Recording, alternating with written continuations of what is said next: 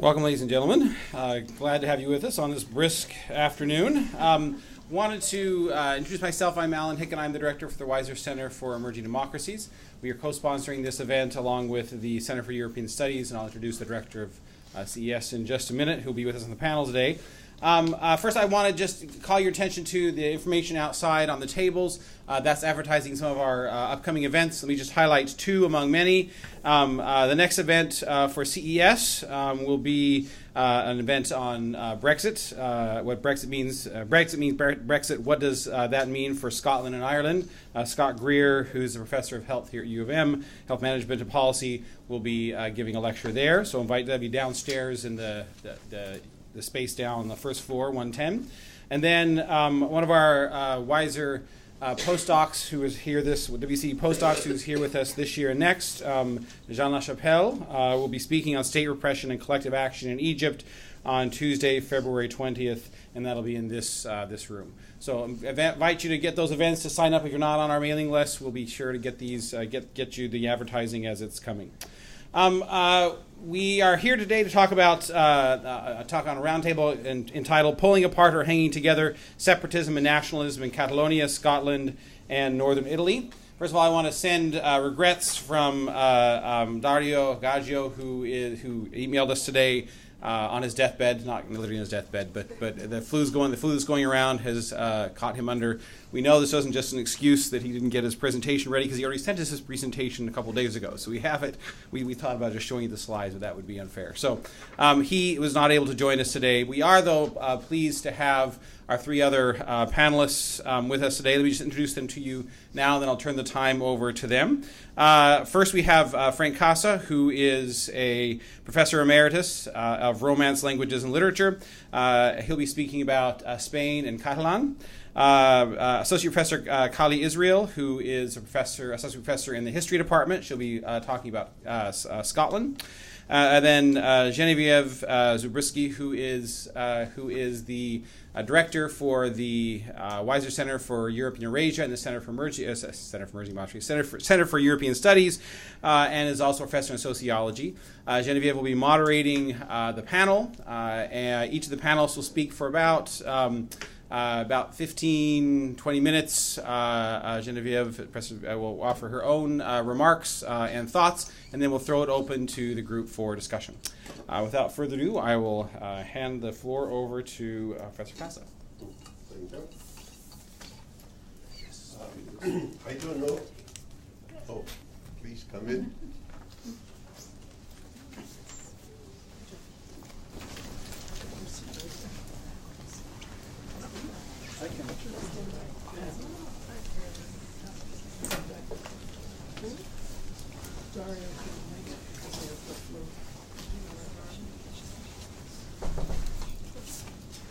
I don't know if it's necessary to point out that regionalism is not singular to Catalonia in Spain. There are other provinces that have that feeling, particularly the Basque Country, Galicia, and Andalusia. There are, in other regions, there are nationalist parties and so on, so the thing is widespread. And perhaps I might point out how Spain came into being. I will not give you the entire history of the thing. But when Spain, Castile, put together what we now know as Castile, through marriage with Aragon, because of the marriage through Aragon, through voluntary addition, the Kingdom of Navarre, to the Basque Country, who in the Middle Ages sought protection from the Moors, and therefore wanted the protection of the Kingdom of Castile. All of these regions were put together with one particular and important point, that the kings of Castile swore to observe and protect the local laws of these regions. And indeed, when kings went to these regions, periodically the king had to swear that they would protect these laws. These in Spanish are called fueros, F-U-E-R-O-S, and a region that is fueros is a foral region.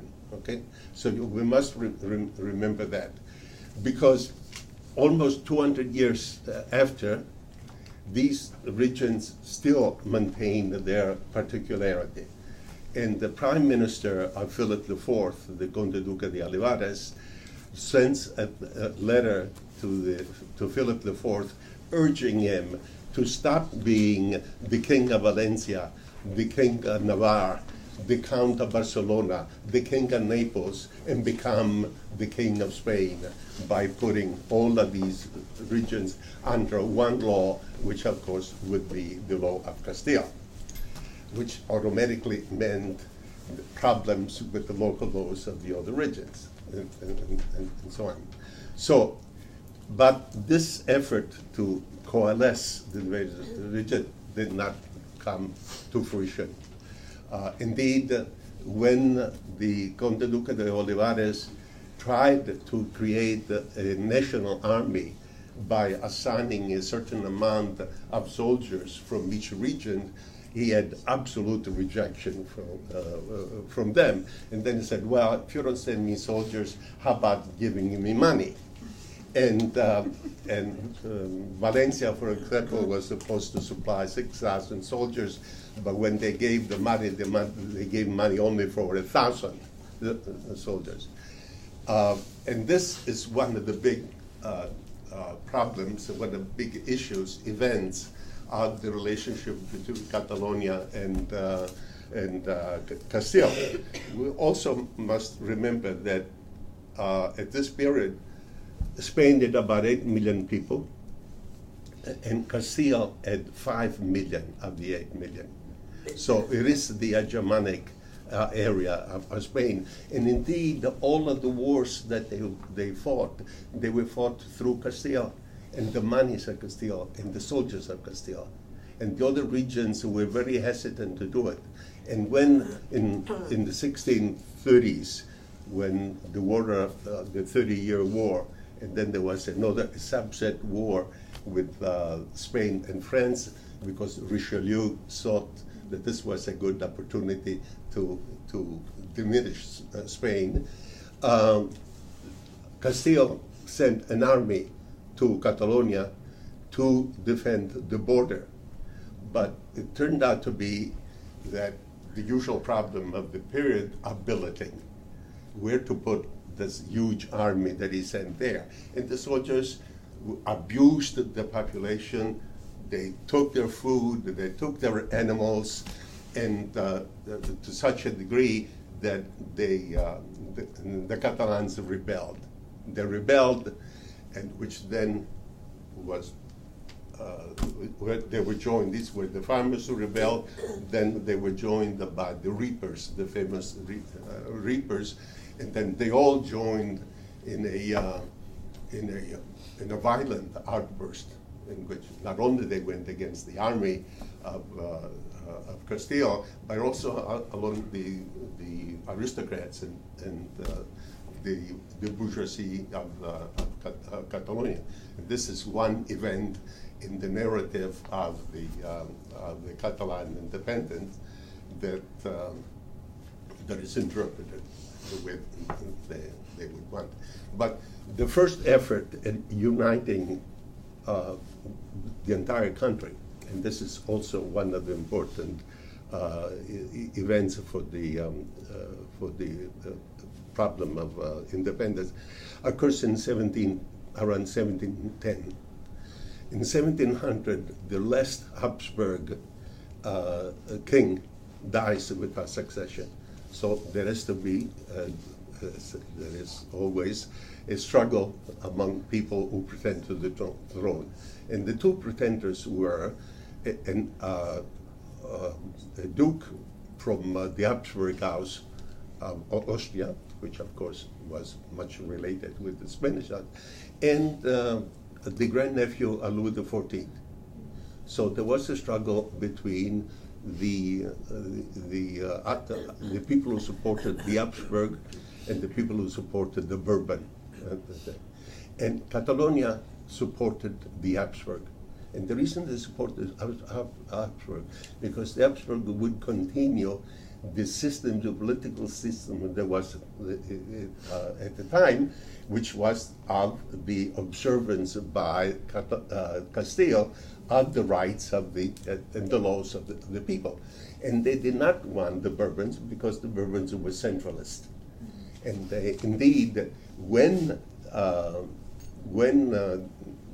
the Bourbons finally won out, because the present House of Spain is the Bourbon House, then what they did precisely what the Catalans feared. They abrogated the laws and instituted a new system, which is called the new plan, in which all of the original laws were abolished and Castilian laws were imposed. This, of course, is viewed by the Catalan independence people as the tragic event.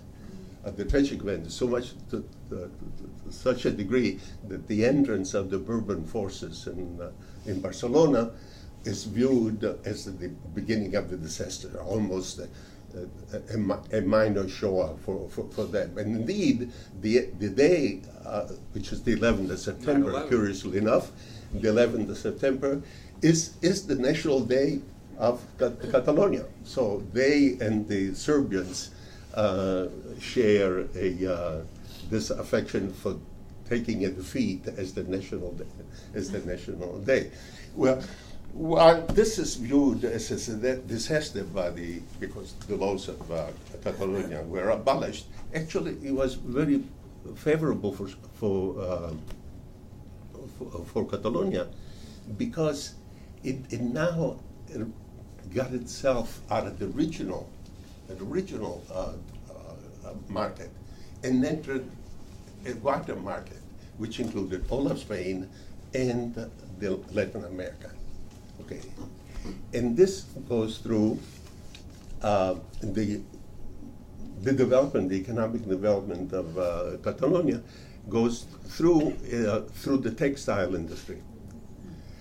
Charles III, who's considered the best of the kings of Spain, the more reformist king of Spain.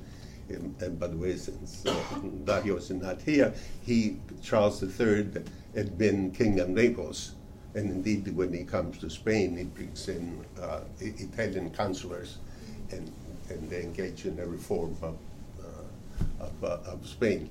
He ordered that all the uniforms of the army be bought in Catalonia.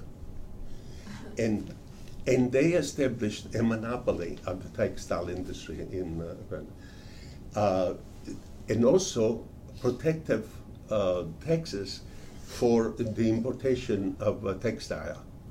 And the tax was 46%.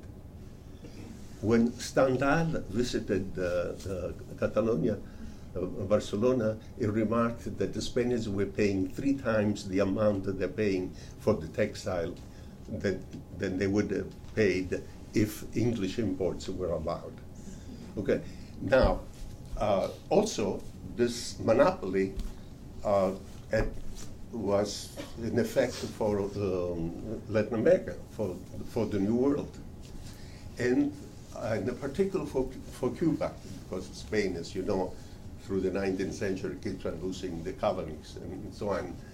And here the United States enters into the story, because we have the Cuban Revolution.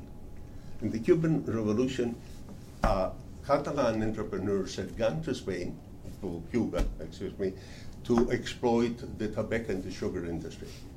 And indeed, they controlled the sugar industry. And you may know the name Bacardi, the rum, it's a Catalan, and José Martí, the name is Catalan. And so when the United States came in and destroyed any possibility of Cuba, Spain maintaining its colonies, these entrepreneurs came back to Spain. Came back to Spain, and they brought money, some of the money, but they also resentment because of the property that they lost. And they coincided with the flowering of regionalism in Catalonia. And the other things that these Catalans from Cuba brought was the design for the independence flag, because the Catalan independence flag is a copy of the Cuban flag. Okay? So we are now in the 20th century, and this is when really the independent movement started. There were regionalist leagues. They wanted to promote the region, but the actual push for autonomy, not independence at the time. And this is also the time, in the 1920s, when the philosopher Ortega y Gasset writes his famous book on Spain, Invertebrate Spain. The Spain does not have a column, a dorsal column, to keep it straight. And his thesis is that this failure of Spain to coalesce the country, to make a country out of it, is due to the fact that the central government never gave the rest of the country a purpose, a project to which they could all go together. Well, it's a little bit, it's not here, what the Prime Minister of Italy said after the unification of Italy. We have made Italy, now we have to make the Italians. And so the Spaniards, according to Ortega, said the Spanish government never made the Spaniards in that sense. Well, the desire for some sort of new relationship, because when Spain lost its colonies in the New World, the people, and especially in Catalonia, they lost this wonderful closed market that they had in the New World, and they felt that the government was not able to defend their interests, and so they must rely on themselves more by having an autonomous region. But this desire for autonomy sort of died off, because we now begin the series of disasters that occur in the first third of the century. First, the dictatorship of Primo de Rivera. Primo de Rivera was originally favorable to regionalism, what he called a sensible regionalism. But when they pushed too much, he imposed all sorts of restrictions, the same kind of restrictions that Franco was to impose later on, almost to the letter. So Primo de Rivera was dictator from 23 to 29. We then have in the early 30s the proclamation of the Republic, and the Republic does give finally to Catalonia and the Basque Country their autonomy. But it's short-lived because Franco rebels.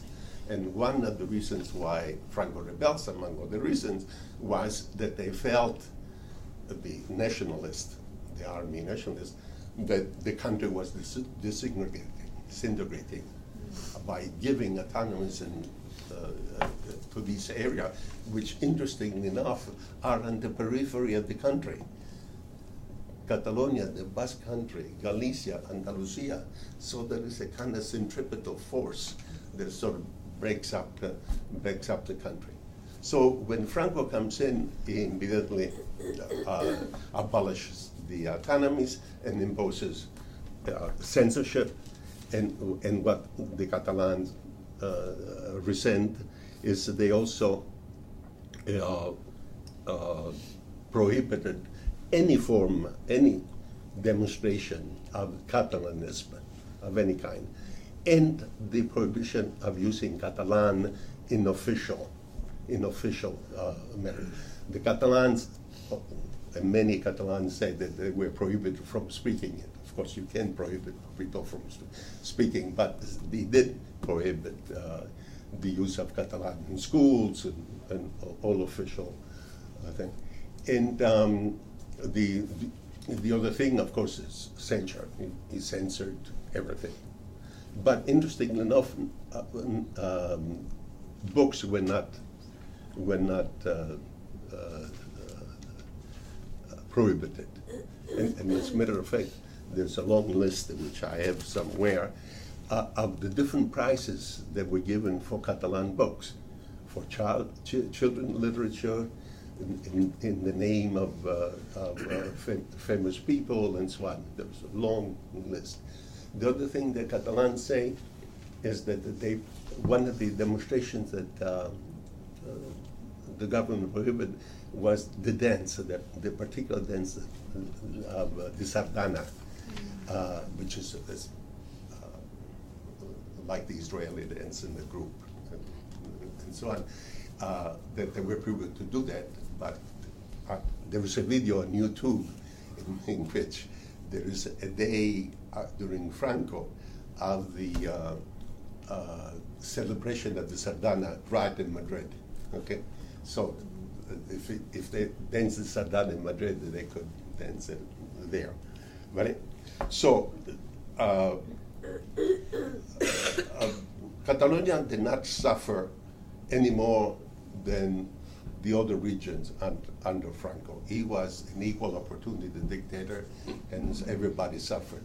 Okay, but indeed there is something else about it, that in the 50s and 60s, mostly in the 60s and 70s, when there was a change in the dictatorship of Franco, which is from the really brutal first 10, 15 years of the dictatorship, executions, imprisonment, and so on.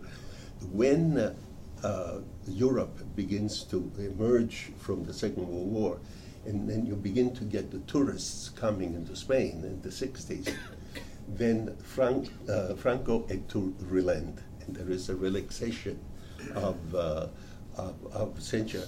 And also the open up the Spain to imports from the rest of Europe, and Catalonia, which has always been hardworking and interested in business and so on, begins to develop. In the 60s and 70s, there is this huge emigration of poor people from Extremadura, Andalusia, and Murcia into Catalonia. So much so that the most common names in Catalonia right now are not Catalan names. They are Fernandez and Perez and Garcia and Lopez. And what this does is changes Catalan society. So indeed, the support for independence is strongest among people whose parents were both Catalan, weakest among the people whose parents were both Spanish speaking, and the mixed one are in the middle, as you might suspect. But you can see the sort of imbalance in the fact that 71% of Catalan officials carry Catalan names. Okay? There is also a difference in the support of independence in terms of wealth. The more money a person makes, the more given to support independence, and so on. So there are some statistics that I have. All right, I've deviated from my carefully prepared. And I don't know how far I've gotten. Well, That's a good sign. Yeah, I wanted to point out one that Catalonia, together with the Basque and Madrid, are the three richest regions of Spain. And the Catalans' per capita income is 7,000 euros above the median of the rest of Spain, and 5,000 above the per capita of the European Union. Okay, so you can tell that. Now, the traditional justification for autonomy is based not only on the history, but on three basic things: difference in language, difference in culture, and different in personal traits. Okay. Now, Catalan is a different language, but it's not like the Basque with respect to Spain. Catalan is a Romance language of the Occitanian branch of the family, which is the one that goes around the rim, around the arc of the Mediterranean, from Valencia to Catalonia to Provençal into Italy. Yeah, and then you have that. I don't know Catalan. I know Spanish. I don't know Catalan, but I can read Catalan 95% of anything. I can read it. There isn't really that much difference, but it is a different language. But all countries, if they're big enough, have different languages. Okay. Now, Dario isn't here. Italy has the standard language. But then you have Sicilian and Calabrian and Sardinian and Neapolitan and Lombard and Piedmontese and Genoese and Venetian. And they are much more different. They're much more different than Italian, than Catalan is from Spanish. So it's not surprising that a country has different languages. Okay, but France itself has Provençal and as Basque, as Breton. They're not necessarily developed as Catalan. Catalan is a fully developed language in everything and so on. As far as the culture is concerned, I suppose that there is a difference, but there is a difference of people that live by the coast at different time. Five. Live by the coast are different from people who live in the center. And there are differences. We talk about our difference in the United States, about the coastal and the center. So I don't know how much that culture is. And as far as the personal traits, one of the things that the Catalans emphasize is a particular quality which they call seny, S-E-N-Y, which is a sense of prudence and practicality, which is different from the sense of pride and honor of the Castilians. So that they feel this difference. Let's see, 5 minutes to go. I want to mention, and this is important, that there are 4 provinces in Catalonia: Barcelona, Girona, Lleida, and Tarragona. No, okay. The support for independence is stronger in the interior of Lleida and Girona, although Girona is also coastal. And there is weakest along the coast of Tarragona and Barcelona. So there is a difference. Now, Catalonia receives the highest amount of financing from the state of all the regions. But they complain because they do not get as much as they give to the state.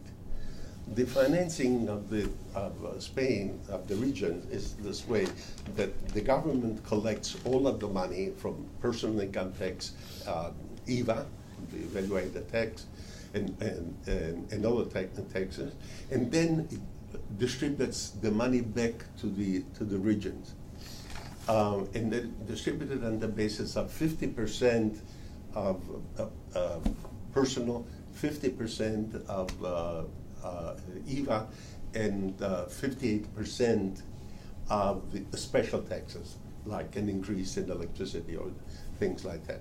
And Catalonia feels that they don't get enough of that. But every single region in Spain complains that they don't get enough. Valencia complained that they only that what they get is 25% less than everything. Meanwhile, Extremadura and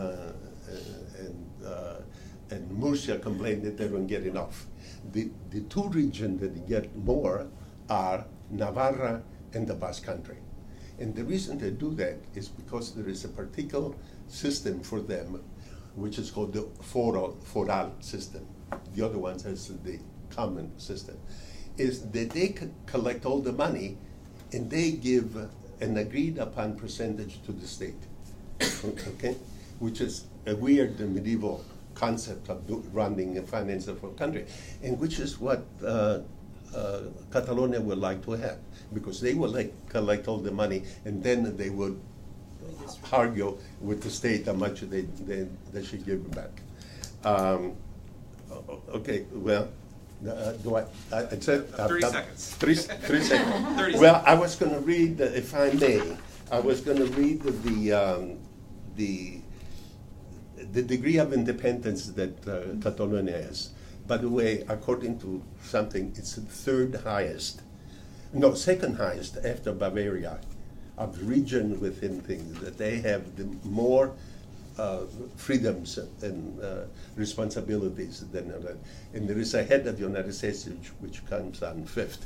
But if I could just run quickly what they are responsible for totally. Organization of its government, Catalan civil laws, culture, artistic patrimony, architecture, research, organization of housing, coastal area and urbanism, mountains, rivers, ports, tourism, health, highways, railroads, crafts, pharmacies, foundations, cooperatives, social services, sports and entertainment, casinos and lotteries, judicial control over administrative matters, expropriation for public use, mining and energy, environment, prisons, industrial and intellectual property, accounting and money brokers, weight and measures, international fairs, museums, libraries, archives, regional aviation, economic development of Catalonia, agriculture and cattle, local police, and local taxes. They have all of these things. The only thing they don't have is the control of the money, which is the source of the problem. Well, Thank you. Before I'm going to Kali, I just want to say, I mean, that's interesting that actually Catalonia is almost a de facto state. So you're reading that list saying, well, why do they want even more? yeah. But we could also look at it a different way and say, why not give it? Why not allow them to become independent, since they already do, control all of this? So there's two ways to look at the same, the dimensions that you say that they control, two ways to look at this that are perhaps as legitimate as the other. So something for us to think about. Okay, that will. Well, we'll I argue. I have something about why that didn't work so much. But that's why we have a round table. So there's going to be back and forth after the individual presentation. So, Kali.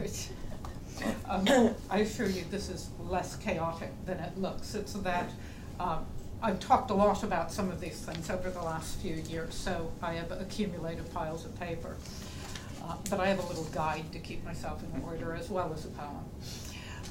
One of the things that struck me in terms of Frank's remarks, which I will say at the outset, is that for the most part this is not a story of very deep histories, but of relatively recent histories. And I think that will jump out as a parallel between us as we go along. But I also want to say at the outset that I'm still not quite certain what to do with my prickliness over the framing of the panel, which I think is a complicated thing, and because there are not easy solutions to the use of the two words that Alan picked, or Alan and others picked, separatism and nationalism. Separatism is problematic in relationship to Scotland, perhaps for one longer-term reason and one quite recent reason. The longer-term reason is that separatism suggests that there's not already a separation, whereas I'll go on to say there are already a number of meaningful separations enshrined in the Constitution. But the more recent reason is that during the general election this last summer, one of the interesting features of the responses on the part of conservatives, liberal Democrats, and labor politicians, whether they won or lost, was to distinguish themselves from the divisiveness of the Scottish National Party.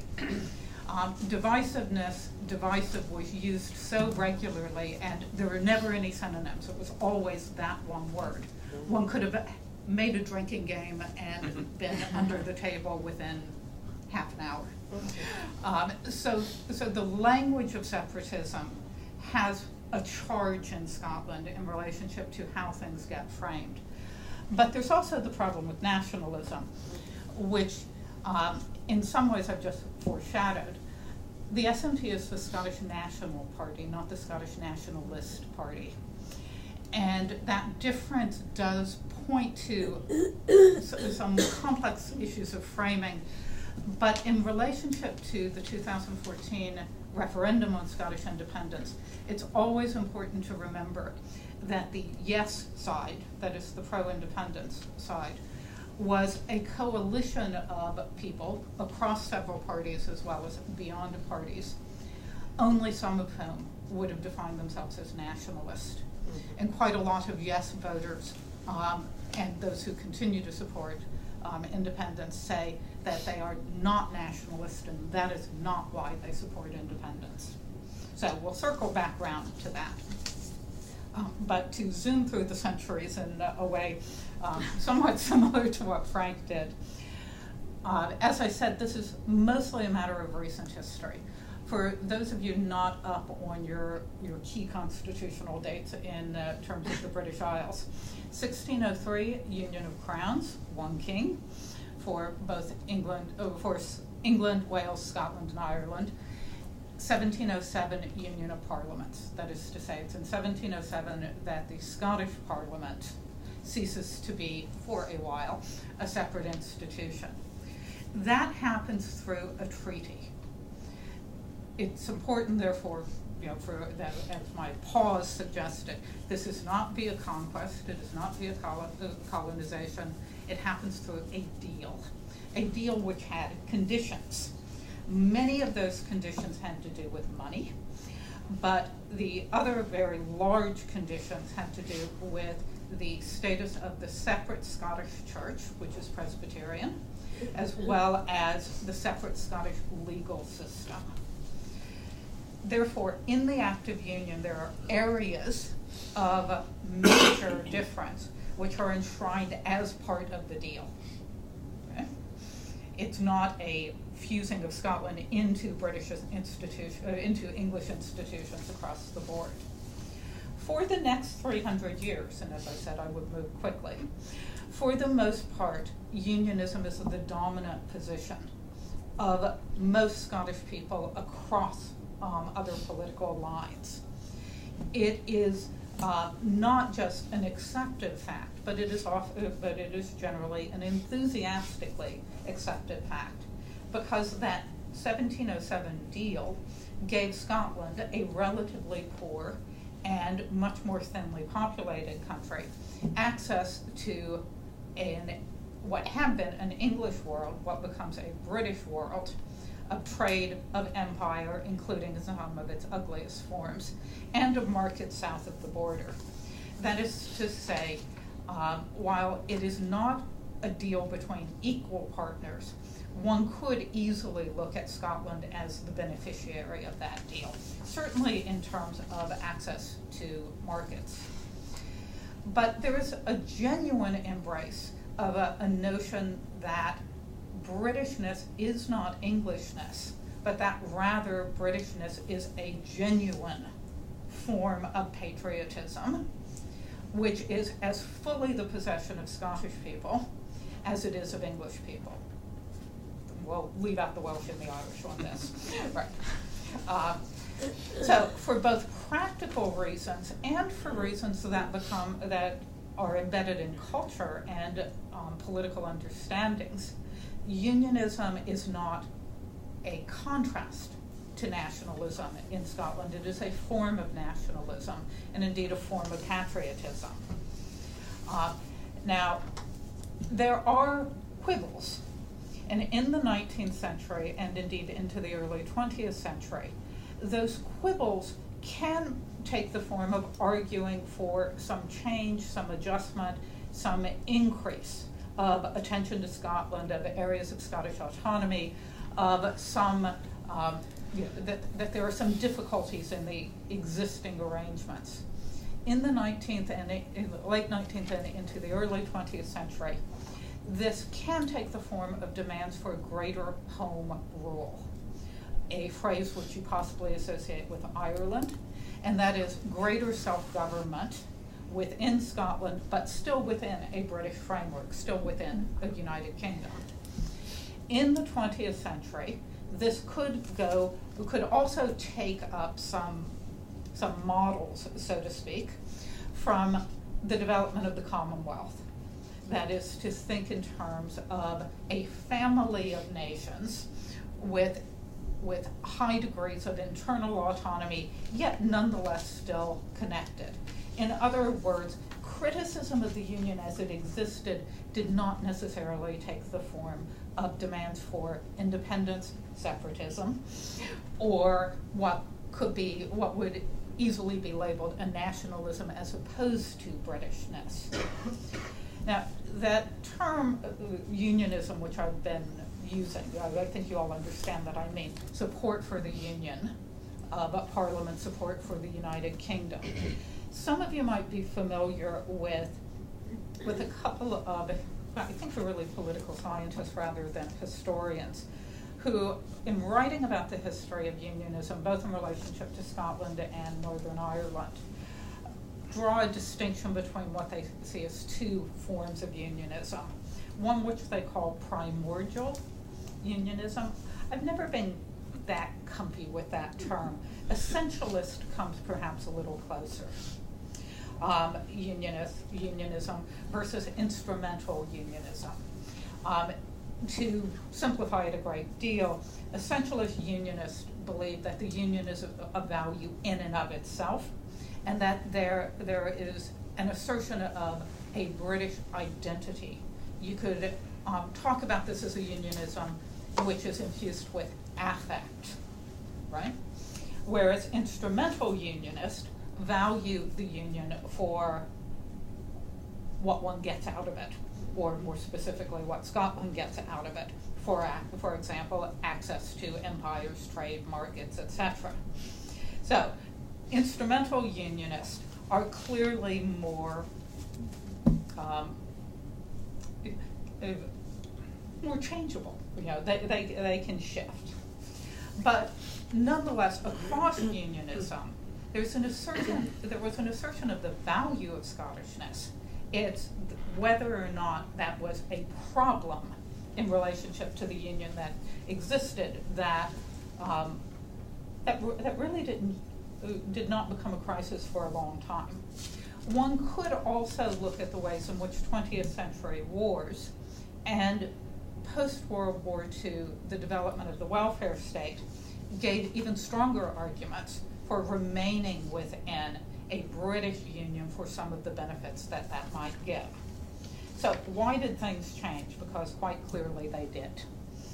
One could point to the rise of the SNP, which was, to call it a rise, is to say from 0 to slightly above 0, in the 60s, as part of a larger story of tension around British party politics as they had solidified after the 1950s.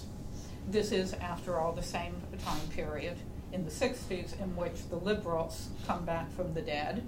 But also we can look at 70s movements and ways in which a kind of oscillation between conservatives, labor, conservatives becomes less satisfying to quite a lot of people for some very, very good reasons.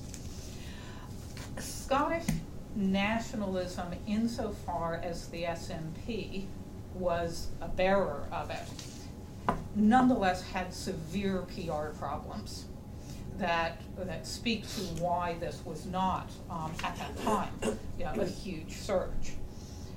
One major PR problem was that for minorities, including religious minorities, an assertion of Scottish nationalism in terms of any kind of Scottishness could be seen as threatening, could bear the taint of Orangism, could speak to a long and ugly history of sectarianism, and could more generally seem to be potentially exclusionary. There are other kinds of Scottish nationalists in the 50s and 60s who could be regarded with some serious misgivings for other reasons. For example, some of you may be familiar with the abduction of the Stone of Scone, there is a, if you're not, I'll tell you later if you want to hear about it. There are some Scottish nationalists who are deeply anti-modern and whose desire for a separate Scottish nation is as a resistance to forms of democracy and cultural modernity which they fear and oppose. So, as I say, some PR problems. Nonetheless, clearly things do change in the 1970s.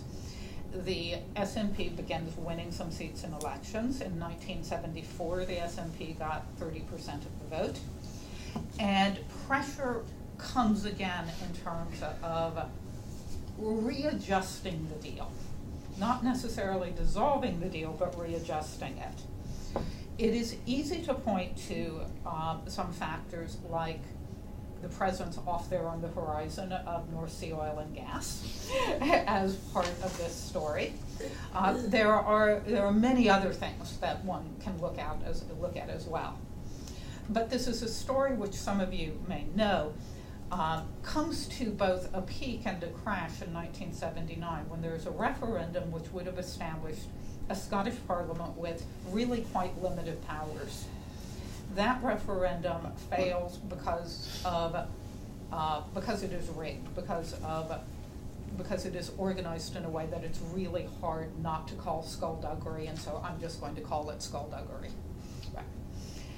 In retrospect, there are some ways in which one can look at that as fortunate. The following 20 years did in fact change things a great deal. And that's why I say that one really should think about this in terms of quite recent histories. Those recent histories, above all, include the impact of the Margaret Thatcher government, followed by the John Major government on Scotland. In the 1980s, the form of conservatism that was dominant at the British level was one which was frankly contemptuous of Scotland, and which made an association between Scottish conservatives and British conservatives more and more problematic. The notion that unionism was a form of Scottish patriotism became harder and harder to maintain. It is also true, as you probably know, that Scotland was strongly affected by the 1984-85 miners' strike, which intensified anti-conservative feeling in Scotland. And more generally, Scotland was economically extremely damaged in the 80s and 90s by shifts in the British economy. The short version of this is that the Conservative vote collapsed in Scotland. In 1979, there were 22 Conservative members of Parliament from Scotland. In 1997, there were 0. Yeah, that is a really rapid shift in terms of a breakdown of that deal. A deal that had said that we are not equal partners, but we will not dismiss you entirely. Because what you understand, of course, is that it made not a blind bit of difference to British policy that the British government in power had no support north of the Tweed. So seeing unionism as a form of mutually respecting partnership became harder to maintain. This is not the fortunate part of the failure of the 1979 referendum. What one could point to as the fortunate part of the failure of the 1979 referendum is that in the ensuing years, Scottish thinkers across a political spectrum, so again, I'm not talking simply about those associated with the SNP, as thinkers, they thought in a context of the development of the European Union. They thought in a context of the end of the Cold War and a wave of constitution making around the world, but particularly across Europe. And they thought in the context of what it might mean to speak for Scottish nationalism that would not be exclusionary. Frank spoke earlier about sort of different kinds of or things on which a nationalism might ground itself. On language, on religion, for example. That wasn't one of yours. On something claimed to be a shared culture. Each of these forms of nationalism, and each of them has existed in Scotland, have enormous risk. One of the things that Scotland has, perhaps as not a unique resource, but a resource which I will point to, Scotland has never been a monolingual, monoethnic, monocultural country, and Scottish people know that. Lots of other countries haven't been either, but they don't necessarily know that. And it is important to know that. But developing a form of demand for independence or for greater autonomy that avoided cultural, linguistic, religious, racial, ethnic nationalism was a challenge. And it was also a challenge to formulate, in some ways, to formulate a way to even use the word nationalism. So tainted had it become.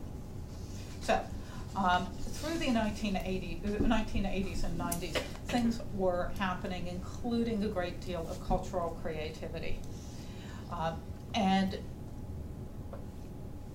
as I say, it's less chaotic than it might appear, but there's a lot that's being condensed here. Right, thank you. Yeah. Also in the background here is that during the 80s and 90s, constitutional criticism was growing across Britain on a variety of fronts. So when the Thatcher and Major era came to an end in 1997, promises made about holding renewed referenda for Scotland and Wales were part of a larger set of claims by the incoming Blair government that they were going to bring constitutional reform, and they used a very strong language, of course, of modernization and modernity. But in any case, A second referendum took place in 1998, which passed overwhelmingly, establishing the Scottish Parliament as it is today.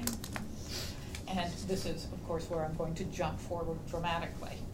That Scottish Parliament is significantly more powerful than the one proposed in 1979.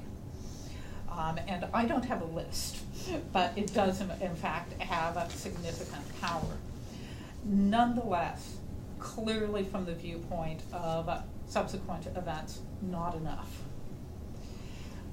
There's a joke that outside the Scottish Parliament buildings in Edinburgh, there should be a statue to the person who did the most to make it possible. That is a statue of Margaret Thatcher. The follow-on joke is that had independence passed, there should have been a statue of the person who did the most to help make independence happen, Tony Blair. That is, what I'm abbreviating madly is that there was a severe falling away from support for the Labour Party in Scotland after 1997, but accelerating rapidly after the turn of the 21st century. So that is some of the longer context that took one to the 2014 referendum. That referendum, as you know, did not succeed in terms of yes voters. It did succeed in terms of no voters. As I said at the beginning, on both sides these were coalitions. Coalitions in favor of unionism or coalitions in favor of independence. Something frequently overlooked at the time in terms of press coverage outside Scotland is that this is not a coalition of nationalist versus non or anti-nationalist. Britishness is a nationalism too. Right? So there are tensions, and there were a variety of differences within each side of that debate. That might have seemed to settle things, but clearly it did not. And just to remind you, in 2015 there was a general election in Britain in which SNP candidates captured 56 of the 59 parliamentary seats from Scotland. Then Brexit happened. And then last summer, another general election.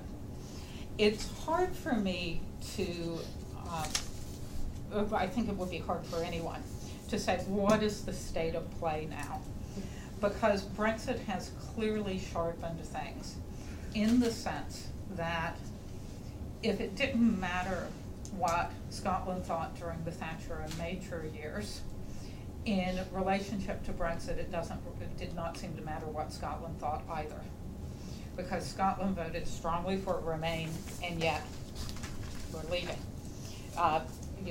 Can I claim the same 30 seconds leeway? The state of play now, I would say in part is there has been a loss of momentum because everything is so confusing. Including an exhaustion after so many huge pivotal elections, referenda, and decisions within a few years. Things are also extremely confusing because Scottish Labour, which is in free fall, now has a new leader, but there is a continued resistance on the part of British Labour to work in any way with any other party of any kind. So a lot of the confusion right now has to do with what kind of coalitions might exist. But there is also the question of economics. EU citizens bring about £4.4 billion a year to Scotland, and without EU membership, Scotland, and these are official numbers, these are not SNP numbers, if Britain exits the EU, Scotland will lose between 12 and 16 billion pounds a year. Scottish markets, Scottish tourism, there are really enormous questions here. What I wish I had more time to talk about we can When we get do to that, this right. in Yes. the Q&A. Is that I think that there are actually real differences amongst Yes. the movements we're talking about. So I want to thank you yeah. both for excellent summaries of some of the key issues that are at play. I want to. I'm sure the issue of Brexit will come back, and actually Scott Greer, who is here, we advertise your talk also in a couple weeks. We'll talk about specifically what Brexit means for Scotland and Ireland. So we'll have, we only have 20 minutes left. So that's why. So if we don't have time to discuss all of it, all of Brexit, then please come back in 2 weeks. I won't take too much time, but as a moderator here, I wanted to point to a couple themes that might be interesting for us to think about and to talk about in the Q&A. And one is the transnational aspect and impact of these regional movements. And this panel, we called it on separatism because of the recent votes in Catalonia. But it's part of a series that we have at the Weiser Centers on regionalism. So I was especially happy that you, Frank, were talking about these movements as a regionalist movement that exists also in other places in Spain without making necessarily political claims to greater autonomy or independence. But if you look at how different regionalist movements in Europe and beyond, so transnationally in Europe, but also transcontinentally. Here you have in Barcelona a movement in support of, it's a Catalan demonstration in support for Scottish independence. Here, so last week we had a talk on Silesian movement, or the movement for the autonomy of Silesia, which is western region of Poland. And here you have the leader of that party wearing a kilt, endorsing that. So they understand their own situation, very different, but they understand it in similar terms, and especially regarding to what the EU now affords them, both in terms of resources, but also discourses and narratives that they can grasp on. Silesia supports Catalonia also. So the more Catalonia and Scotland are in the news, the more Silesia is also in the news in Poland, because they can actually advertise or do some PR about their own regional movement.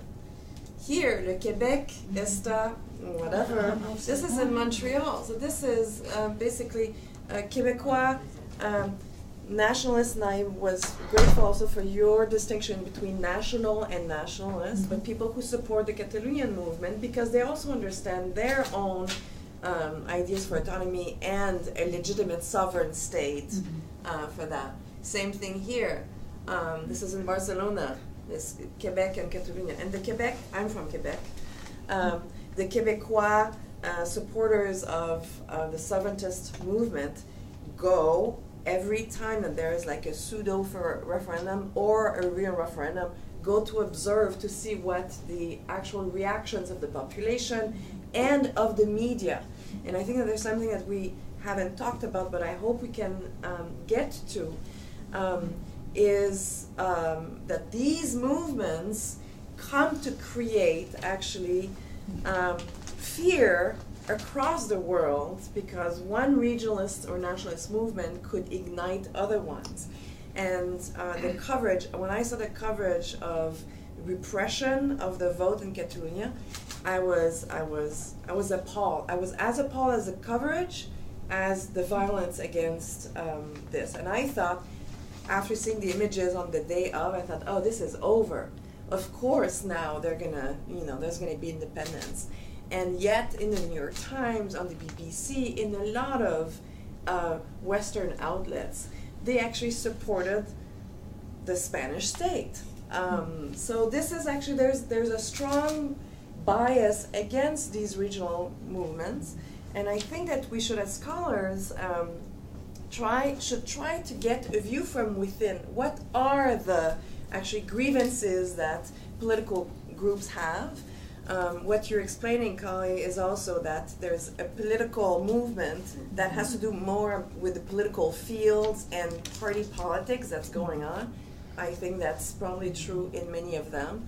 But we should not basically dismiss from, from the side of du revers de la main, like this, that these are not legitimate concerns or grievances that they have, to better understand actually what the demands are.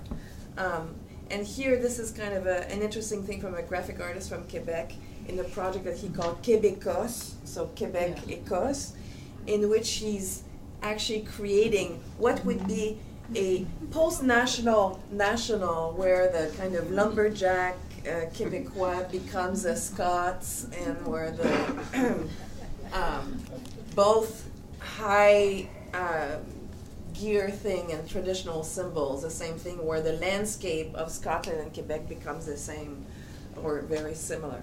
So these are some questions that the transnational, transcontinental impact of some very concrete cases like Catalonia and Scotland, because they are recent in the news, the coverage in the press, and our own biases that tend to actually recognize national movements when they tend to unite. So it's okay to unite France from all of these, or Spain, or Scotland, or Italy, or Germany, but not when it is for movements to actually divide. And the normative biases that Hobsbawm was also identifying as having their origins in this kind of Spencerian struggle for the fittest political philosophy from the 19th century. So I will stop here, and I will, I'm sure you want to respond, but I think since we have only 15 minutes,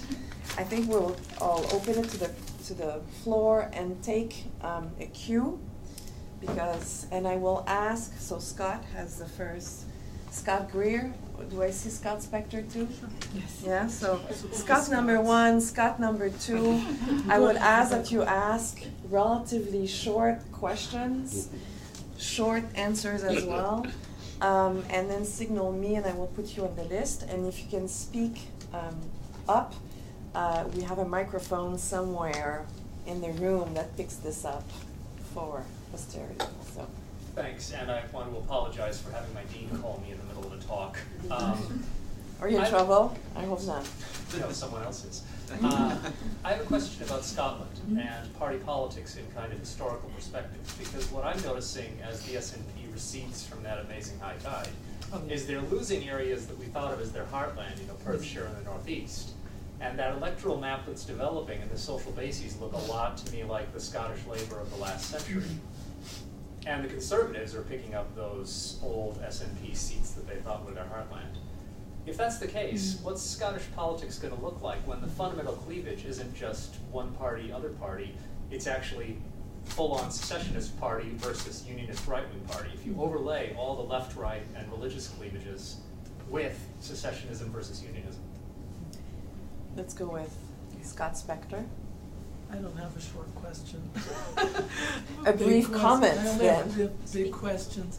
I guess the best way to condense the question would be to go to the beginning of Collie's talk and the skepticism that she had with even positing the question in the terms given by nationalists or by separatists, what we lose in accepting these terms. And I think, even thinking of this in terms of two sides, that, there's separatists on the one side and unionists on the other, and then comparing all of these different regional movements, lumping them together as they lump themselves together in nationalist fashion, causes great violence to the diversity of opinion on the ground. And even in simple ways, just that, or at least in Catalonia, sort of 4 parties of people, because they already have a certain degree of autonomy. There are people who would like there to be more cultural autonomy. There are people who are genuine separatists and want there to be a separate state. There are people who want there to be less autonomy, and there's a diverse population, including very significant population of non-Catalan speakers who are not even allowed to vote in the referendum, in really, appalling fashion, not even included in the population that that whose opinion counts. I lived there and worked there, and it's the classism of that, particular kind of separatism that has racism kneaded into it against Andalusians and so forth. Very complicated to think of this just in terms of separatism or unionism. And, to say, well, there's this economic aspect to these wealthier regions, and the same thing for Silesian, the better off regions within national economies. If Dario were here speaking about Northern Italy, we'd have, see how, even thinking of them in terms of right and left, doesn't really have a lot of meaning. Anyone else? First round of response then. I'll be super fast, because clearly we're going to have a longer conversation at your talk as well. I think that the volatility of voters in Scotland is really something that we're just grappling with, and generation is a huge factor there. Because certainly we know that there are voters who went from yes to yes, and who knows where they're going next, in the sense that voters who voted yes for independence, who also voted in favor of Labour in the last general election, because they were attracted to Corbyn, and to that surge. So there are things that are complicated there, but generation is a huge factor there in terms of not just that is region and the distribution of the population are complicated. In relationship to what Scott Spector said, and that the messiness is there in Scotland too, and that's part of why I said, these are not two sides, but two sort of formations that have lots of internal complexity with it in them, and that on the pro-independence side, that includes people you could call essentialist nationalist, and people you could call instrumental nationalist.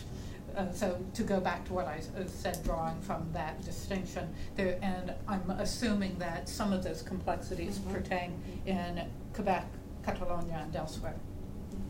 I wanted to point out something that I didn't have a chance to do it.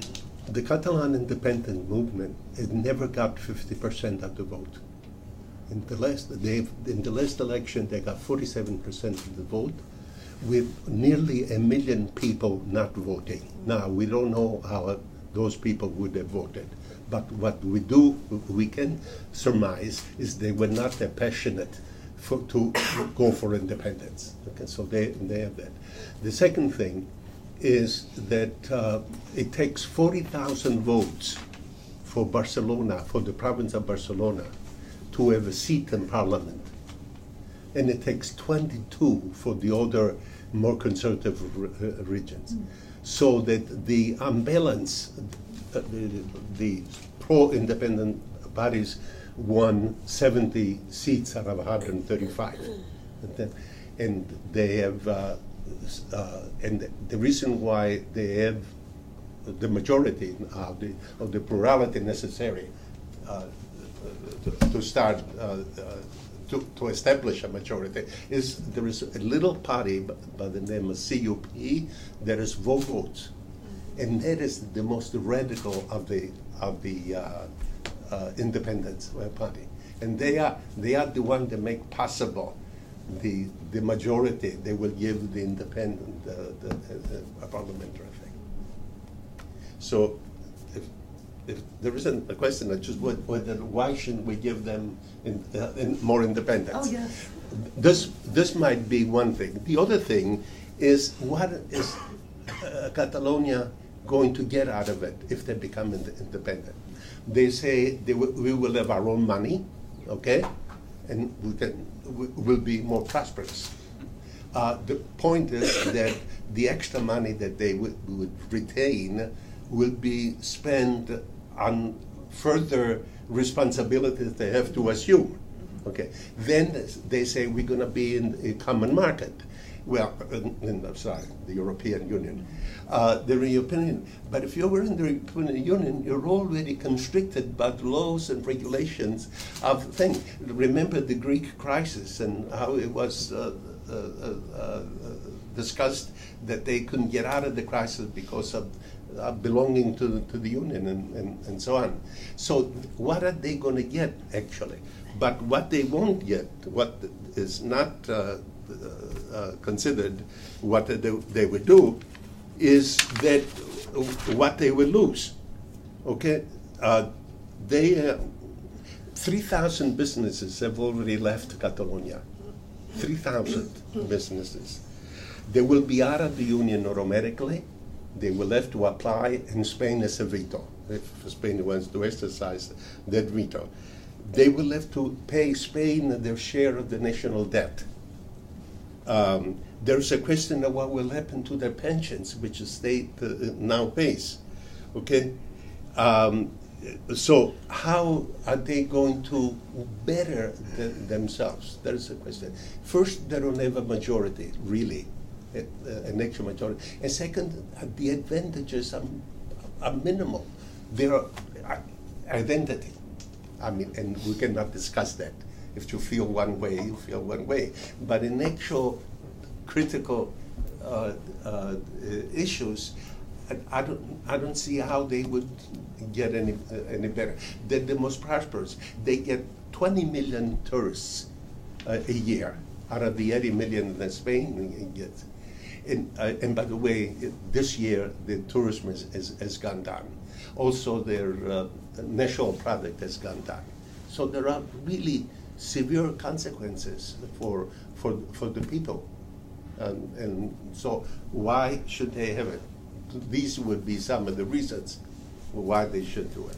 I mean, in the case of Quebec in 1976, when the Parti Québécois came to power, there's been a large exodus of banks and companies who went to Toronto. So if Toronto is what it is today, it is at the expense of Montreal. Yeah. There is no question about that. And also now, even people who were in support of independence, who are still for questions of identity, who still believe that Quebec is a nation, believe that actually Quebec is better protected, that its rights are better protected within the context of the Canadian Federation because they are still a minority within a majority. So therefore, they can still have specific language laws that protect them as a minority within a federation. That if they were independent, they would lose that prerogative and therefore could not have Quebec as the only one official language. So even people who emotionally would be for the independence, when they make those similar calculations to the one that you're making, say, well, actually, it's better for the Quebecois nation to remain within Canada because of these specific reasons. That doesn't mean that, you know, that these issues disappear; they remain. Other questions and comments? One more thing, Yes. One thing. A satirical thing has happened now. The invention of a subset of Catalonia, which is called Tabarnia. And Tabarnia is Ta from Tarragona. Remember I told you the Tarragona and then Ta for Tarragona, and Ba for Barcelona, and then make a country out of it. Tabarnia. Okay, and so they have declared they want independence. This is satirical. They want independence, and they're using, I don't know, too bad, I don't know if I can find it. They're using the same arguments that Catalonia is using. You know, we're different. One of the things that independence propaganda uses is Spain steals from us. So Tabarnia is saying Catalonia steals from us, and they've developed their own flag, and they've elected a president in exile, And as a matter of fact, there is a video you can go on that this famous actor, Volatility, who is Catalan, so he speaks from exile. There's a famous phrase for the return of the previous president of the Generalitat of Catalonia when he came back from exile after the democracy, and from the balcony of the Generalitat said in Catalan, "I am here." I am here. And so in the satire, the Tabarnia, the man in exile says, "I'm not here." May I? Yes. Briefly. I have one, it's 5:30. So. Yep. I think that there's so much more to be said about the way in which these connections get made, including the ways in which perhaps within each of these stories, and I of course only know the Scottish one, a play between internationalism and nationalism may have been there for quite a long time. But the other thing that I would say is that a friend of mine pointed out that in many ways that it's helpful to think about Scotland by thinking about London as two places with roughly the same population, in fact, as well as a lot of other similarities in a similar relationship to overall British politics, and both increasingly at odds with a deeply toxic, regressive form of Englishness. Thank you very much for coming.